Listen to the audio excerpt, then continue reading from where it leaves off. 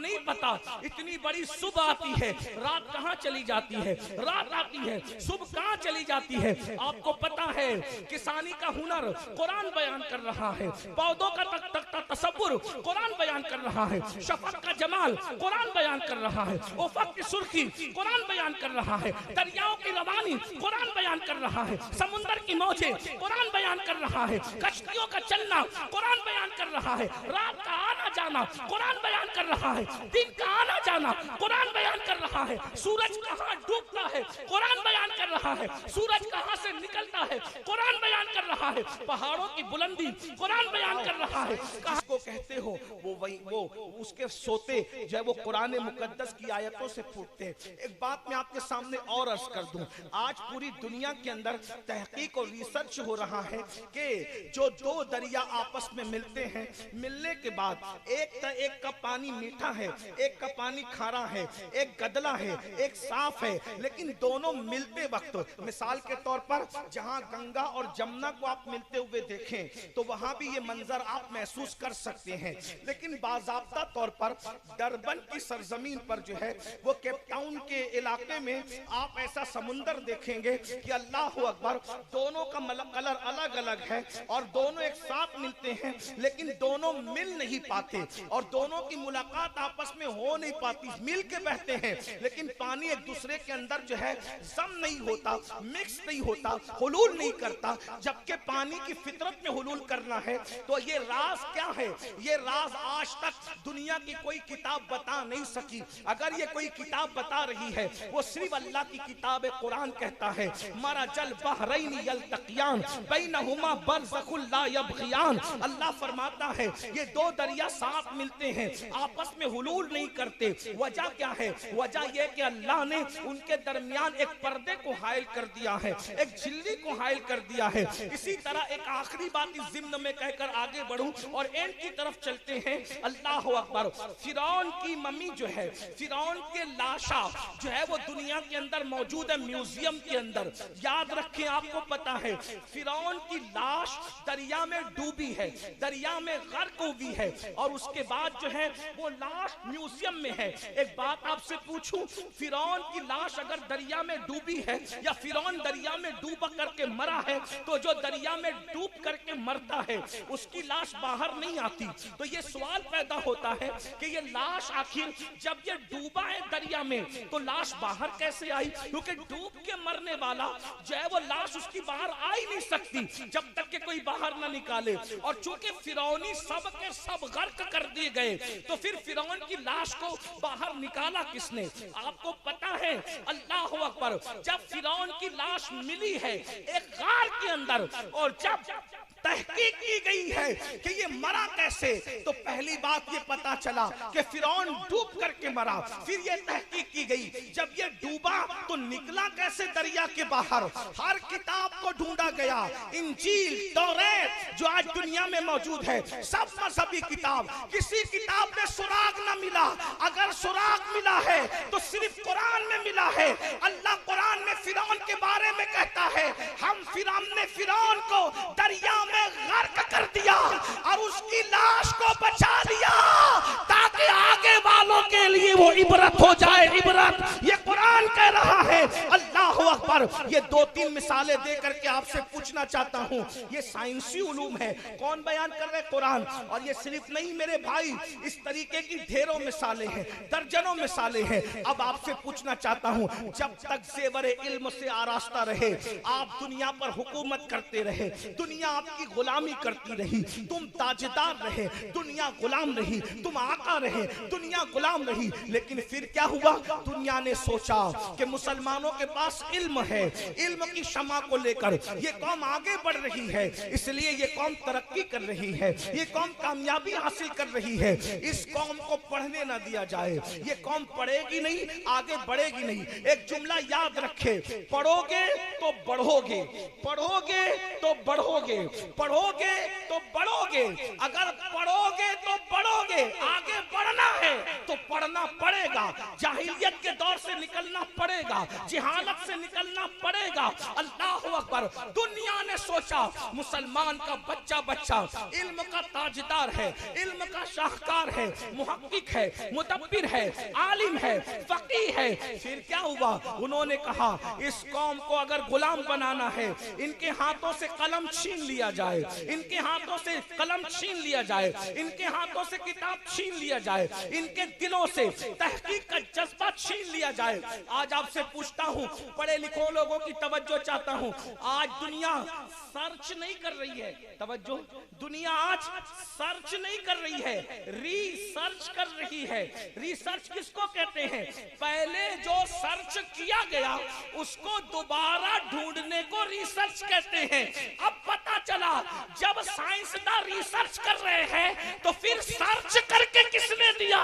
किसी ने तो सर्च किया होगा, इसीलिए तो आज रिसर्च हो रहा है। तो जिसने सर्च करके दिया है उसी को कुरान मुकद्दस कहते हैं। आपको नहीं पता? कुरान कहता है अल्लज़ीना यज़कुरून अल्लाह क़ियामन व क़ुऊदन व अला जुनूबिहिम व यतफ़क्करून फ़ी ख़ल्क़िस समावाति वल अर्ज़ रब्बना मा ख़लक़ना हाज़ा बातिला सुब्हानका फ़क़िना अज़ाबन नार। अल्लाह ने किसी चीज को बेकार पैदा नहीं किया।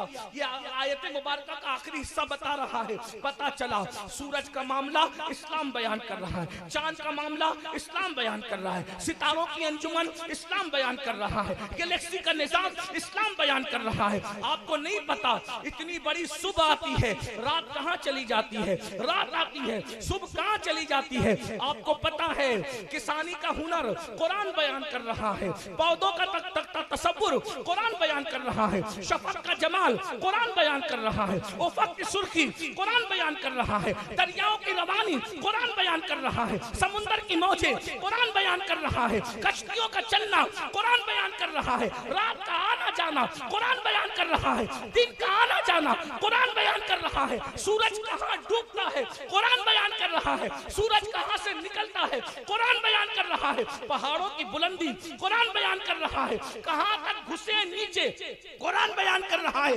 पानी के सोते किस शान से फूटते हैं कुरान बयान कर रहा है। इसलिए दुनिया जानती है जिस कौम के हाथों में कुरान होगा उसे शिकस्त नहीं दिया जा सकता, क्योंकि ये इल्म वाली कौम है। इनको अनपढ़ रहने दो, इनको जाहिल रहने दो, इनको पढ़ने मत दो। इनके बाप दादा इल्म वाले थे, इनका इल्म से रिश्ता काट दो। और अल्लाह अकबर, 1 सदी हो रही है, उससे ज्यादा हिंदुस्तान में इल्म का रिश्ता मुसलमानों से काट दिया गया। आपको पता है ये हिंदुस्तान की जमीन है, हिंदुस्तान की जमीन की तारीख है। हिंदुस्तान की अदालत का जज कौन होता था तुम्हें पता है? हिंदुस्तान का चीफ जस्टिस कौन होता था तुम्हें पता है? सदरुस सुदूर कौन होता था तुम्हें पता है? तारीख पढ़ो और दूसरों की मत पढ़ो, अपने बुजुर्गों की पढ़ो। औरों से कहा तुमने, औरों से सुना तुमने, कुछ हमसे भी कहा होता, कुछ हमसे भी सुना होता। हिंदुस्तान की तारीख है, जोहर की अजान से पहले अदालत में चीफ जस्टिस की हैसियत से जो फैसले करता था, जोहर की अजान के बाद वो जामा मस्जिद में आके नमाज पढ़ाता था। उसी जज को दुनिया अल्लामा फजल खैराबादी के नाम से जानती है। ये अपने इल्म, अपना इल्मी मियार, अंग्रेज लोग फजल खैराबादी के शागिर्द थे। फैसलों के फन के एतबार से आप क्या समझते हो? लेकिन साजिश की गई, जिस कौम को गुलाम बनाना है उनसे 2 चीज छीन लो, एक दौलत छीन लो और एक इल्म छीन लो। जब दौलत और इल्म छीन जाएगी फिर इनको गुलाम बनाना आसान होगा, इनको मारना आसान होगा, इनको काटना आसान होगा, इनको तबाह करना आसान होगा। और फिर इल्म और दौलत का रिश्ता तोड़ने के लिए क्या किया गया? हमें नशे में गिरफ्तार कर दिया गया। हमें फिल्मों में गिरफ्तार कर दिया गया, हमें गानों में गिरफ्तार कर दिया गया, हमें गजलों में गिरफ्तार कर दिया गया। वो कौमें जो रात रात भर तहकीक और रिसर्च करती थी, उस कौम को मुशायरों में मुब्तला कर दिया गया। रात रात भर जुल्फ और रुखसार की बात करो और इल्म की बात ना करो, तहकीक की बात ना करो, तदब्बुर की बात ना करो। मेरे आका अलैहिस्सलाम के गुलामों, तुम्हारे टैलेंट से आज भी लोगों को खतरा है, इसलिए दुनिया तुम्हें पढ़ने नहीं देना चाहती। हमारे नौजवानों को पहली बात तो तालीम इतनी महंगी कर दी गई है, स्कूल कॉलेजेस तक पहुंच नहीं पाते, और जो पहुंचते भी है तो ऐसी साजिशें की जाती है बाज़ाब्ता तौर पर कॉलेज और यूनिवर्सिटियों के अंदर ऐसे लड़कों को और लड़कियों को रखा जाता है साजिश के तौर पे कि जो अच्छे तालीम हासिल करने के लिए अच्छे जहन और फिक्र के बच्चे आए, उन बच्चों को मोहब्बत के झांसे में फांसो।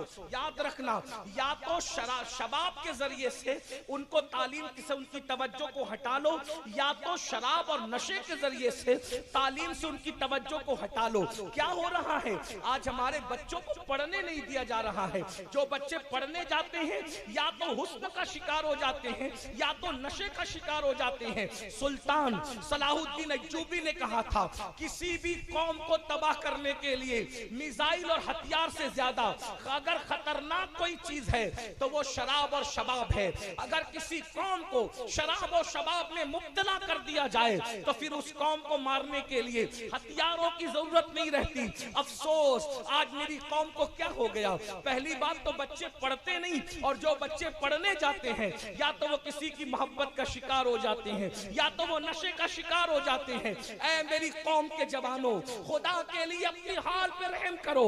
सितारों के आगे जहां और भी है अभी इश्क के इम्तिहान और भी है, तू शाही है, बर्बाद है काम तेरा, तेरे सामने आसमां और भी है। नशे से बचो, शबाब से बचो, हुस्न से बचो, नाजायज मोहब्बतों से बचो। इसलिए कि याद रखना, तुम्हारे और मेरे रसूल ने फरमाया, जिसने एक मर्तबा नशा किया, एक मर्तबा, और उसने तौबा नहीं की, जब वो अपनी कब्र से उठेगा या तो उसका चेहरा सूअर की तरह होगा या तो उसका चेहरा बंदर की तरह होगा। ऐ कौम मुस्लिम के जवानों, अपने आप को संभालो।